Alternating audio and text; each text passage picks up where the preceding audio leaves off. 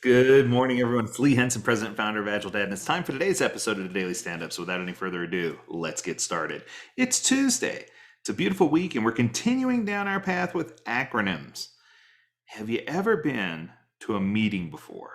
And at that meeting, you've discovered either A, the right people aren't there, or there's people there and you don't know what they do. I've been in those kind of meetings where you're like, who's that guy and what does he do? Or I know that guy, I've seen him, but what's his job? What does he do? I've been there. Or you've been to a meeting where someone might say, we're going to cover A, B, C, and D. You attend a meeting, and the first thing they say is, let's talk about H. And you're like, whoa, where'd that come from, right? I've been there too. The next one has to do with the meeting that's scheduled to last for 10 or 15 minutes, and it winds up lasting an hour or 2 hours. I've been to that one too.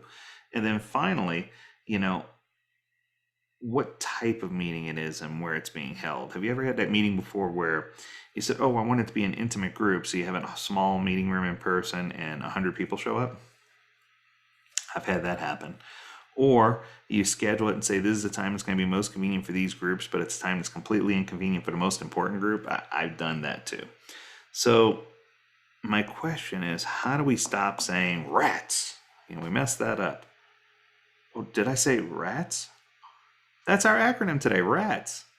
Anytime someone asks you to schedule a meeting or to follow up on a meeting or to attend a meeting, you need to make sure that you have all your rats lined up. Okay, that sounds kind of crazy, right? So what are rats? So let's talk about rats. The first thing in rats is you need to understand a roster. So rosters for meetings, it sounds kind of, okay, yeah, that sounds very traditional project management. But no, when people send out the invite, you need to make sure that the people's names are there, that you know who should be in attendance, the required attendee, and that you understand what their roles or titles are and how they are involved in a product, project, or service that you're building. Because I can tell you, it's no fun when you go into a meeting and you don't know someone, or there's someone really important and you're not addressing them or not paying attention to them. This can cause confusion. It can cause people to break down. You want to make sure you understand that roster pretty implicitly and that the roster is in place, right? So that's the first one. The second one, and probably the most important, is agenda. I always tell my coaches, no agenda, no meeting. If there's not a clear meeting agenda laid out, we shouldn't be doing it. Now, it doesn't need to be to the nth degree of detail. I want to be careful here. So when I say agenda, I'm talking about something that's loosely put together to say, these are the items that we expect to talk about. Now, confession, many times it deviates a little bit or goes off track, and that's fine as long as we stick to the T, which we'll get to in a minute. But it's one of those things where I don't want it to be set in stone. I want it to be free flowing. But I also want to have a good idea of what the agenda is so that I can be prepared and so that everyone else can be prepared when we walk in a meeting. There's nothing worse than saying, let's have a meeting, going into the meeting and realizing, wow, I don't have that information.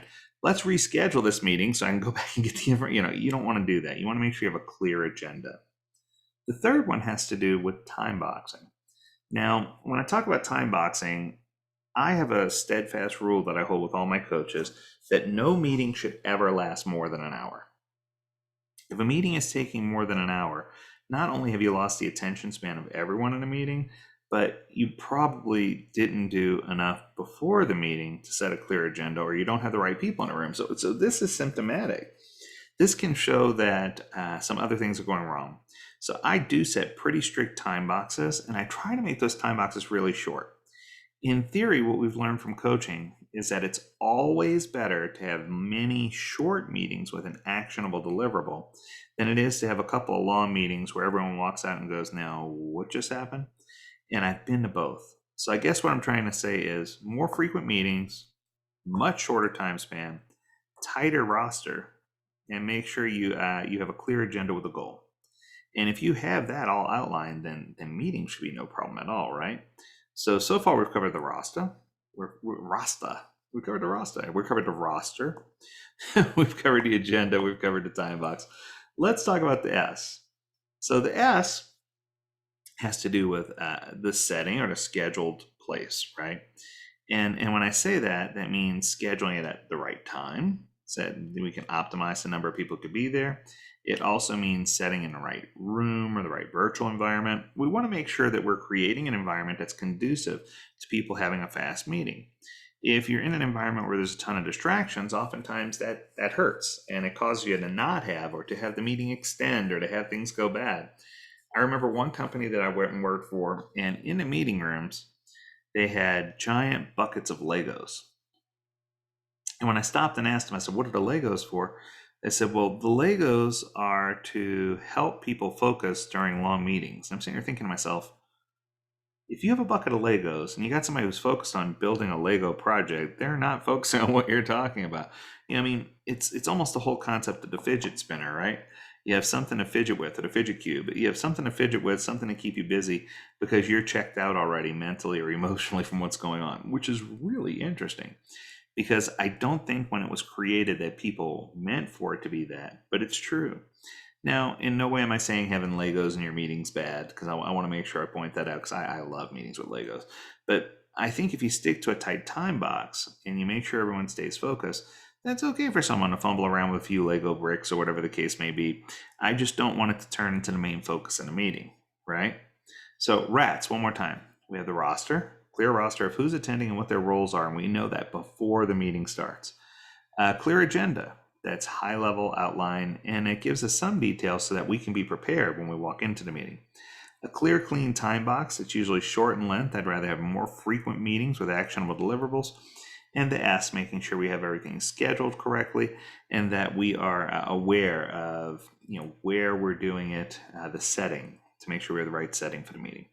So I hope that this helps you and that you won't go into another meeting going, rats, we did it wrong again. It's a cool acronym, it's fun, and it's just something that you can definitely grab hold of.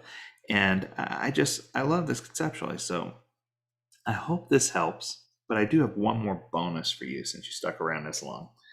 I'm going to throw out one more acronym. Why not? Because Wednesday, we know we're going to get something that's covered by Sarah, and I'm sure it's going to be fantastic. But I want to throw out an acronym since we're going to miss one on Wednesday, and that one's called ELMO. Anytime we're in a meeting and we feel like somebody's droning on about something or drubbing on and just going on and on about something, we can always holler the word ELMO, ELMO. And ELMO is an acronym that means enough, let's move on.